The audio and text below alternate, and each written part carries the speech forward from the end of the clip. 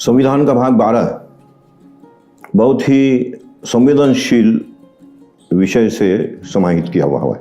विषय ऐसा है कि जितने भी राज्य हैं उनका आपसी व्यापारिक संबंध, संविदाओं का लेना देना, आर्थिक शुचिता, इसकी सुरक्षा या इसका ध्यान रखते हुए व्यापार वाणिज्य करना, उसके लिए जो नीति नियम है उन नीति नियमों का उल्लेख इस भाग 12 में किया गया है। और जहाँ शुचिता का प्रश्न आता है वहाँ भारत में हम सभी जानते हैं कि किसी घर में प्रवेश भी करना हो या किसी अच्छे काम की शुरुआत करनी हो तो हम स्वस्तिक का अंकन करके और एक शुभ प्रतीक के रूप में स्वस्तिक को अच्छी तरह से आंकते हैं और फिर अपने जो भी कार्य है उसकी शुरुआत करते हैं। तो स्वस्तिक एक शुभ चिन्ह है और इस शुभ चिन्ह के कारण जो फिर संपन्नता आती है, उसके कारण जो एक मन में आनंद का भाव आता है, उस आनंद का प्रतीक है नटराज जो नृत्य कर रहे हैं। तो नृत्य करते हुए नटराज की स्थिति भारतवर्ष की बने, आनंद चारों ओर फैले, इस प्रकार का विचार करते हुए नंदलाल बोस ने इन दो प्रतीकों का यहाँ चयन किया है कि देश की आंतरिक व्यापारी लेन देन यह सुचारू हो और उसके कारण पूरे देश में शुचिता और आनंद ये फैले।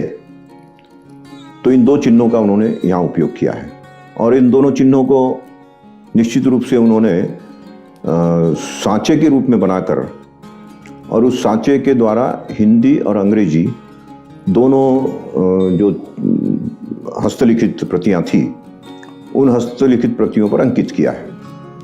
अंकित करने वाले के ध्यान में ये जरूर था कि पहले पृष्ठ के ऊपरी भाग पर उसे अंकित करना है, लेकिन ऊपरी भाग का जो हिस्सा इसके लिए निर्धारित किया गया था वह था केवल 3 इंच बाय 8 इंच का, और वो भी ऐसे आड़ा। लेकिन ये जो दोनों प्रतीक बने वो खड़ी प्रतिभा में खड़े स्वरूप में बन गए और उसके कारण उसको अंकित करने में जिस किसी व्यक्ति के जिम्मे काम दिया होगा नंदलाल बोस ने, वो दुविधा में पड़ गए कि इसको अब कैसे अंकित किया जाए।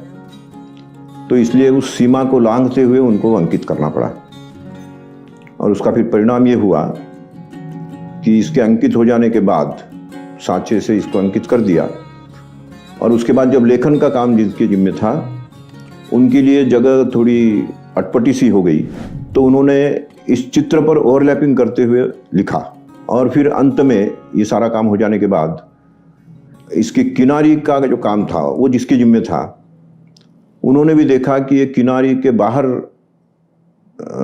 ये जा रहा है नटराज का प्रतीक, तो उसको बचाना जरूरी है या उसको काट देने से भी चलेगा, इसका उनके ध्यान में नहीं रहा और उन्होंने इसको बचाने के बजाय उसको काट दिया। तो उसका परिणाम ये हुआ कि नटराज का चित्र जो है वो एक प्रकार से उसकी किनारी जो है वो खंडित हो गई। तो जो आनंद का प्रतीक है वो खंडित होना और स्वस्तिक का जो अंकन किया जिन्होंने सांचा बनाया, उन्होंने थोड़ी गलती ये कर दी कि सांचा ही उन्होंने सीधे स्वस्तिक का बनाया और जिसके कारण उसको जो छापा गया तो वो उल्टा हो गया। तो जो शुभ चिन्ह है वो सीधा नहीं होकर उल्टा होना, इसका मतलब ही है वो बड़ा अशुभ हो गया। तो इस प्रकार से एक दुर्घटना पूरे इस संविधान में अगर मैं कहूँ तो भाग 12 में ये घटित हुई है।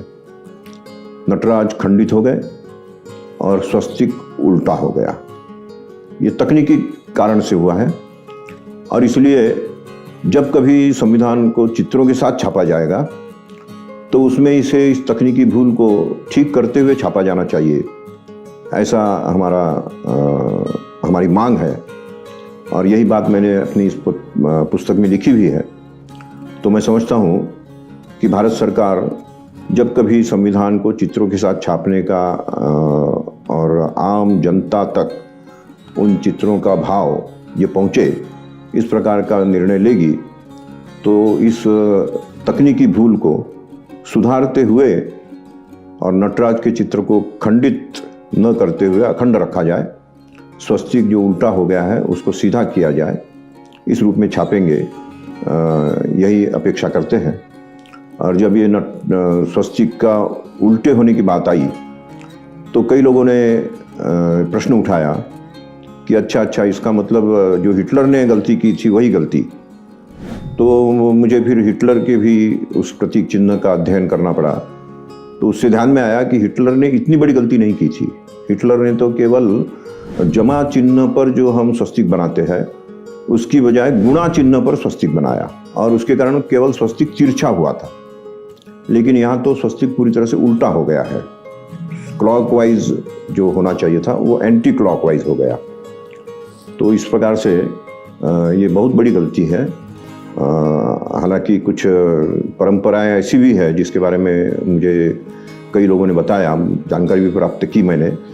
वो ऐसी है कि बंगाल में एक प्रचलन ऐसा है कि कोई भगवान के सामने जाकर अपनी याचना करता है और उस याचना के समय स्वस्तिक का उल्टा अंकन करके ये कहता है कि जब मेरी याचना पूरी होगी, इसकी पूर्ति होगी, आप मेरी इस विनती को स्वीकार कर लेंगे और इस विनती के आधार पर जो मैंने मांग की है वो मांग पूरी होगी, तो मैं वापस आकर इस स्वस्तिक को सीधे अंकित करके और अपना आनंद प्रकट करूंगा।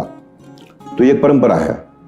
अगर मान ली जाए कि नंदलाल बोस ने उसी भावना से इसको उल्टा अंकित किया है, तो अब वो भावना चूंकि अब मांग स्वीकार हो चुकी है, संविधान पारित हो चुका है, संविधान के अनुसार देश का शासन प्रशासन चल रहा है, तो अब उसको स्वस्तिक को सीधा कर देना चाहिए। ये उस परंपरा के आधार पर भी अगर हम सोचे तो ये किया जाना चाहिए।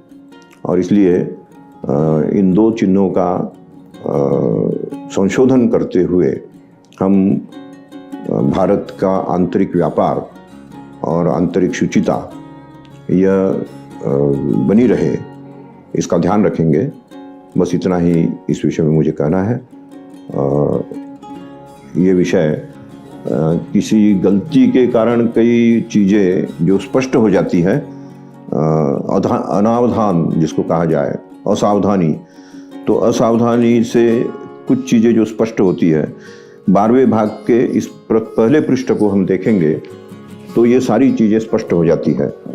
हिंदी में जो लिखा गया था उसको तो इससे बचाकर लिखा गया है, लेकिन अंग्रेजी जो लिखा गया था वो यहाँ से ओवरलैपिंग करते हुए लिखा गया है। वो अभी इस समय मेरे पास नहीं है, लेकिन ये स्पष्ट है कि ये जो नटराज का चित्र है ये इस किनारी के सजाने के कारण खंडित हुआ है, ऊपर से भी और इधर से भी। और ये स्वस्तिक सीधा बना हुआ था सांचा और उसके कारण यहाँ उल्टा छप गया है।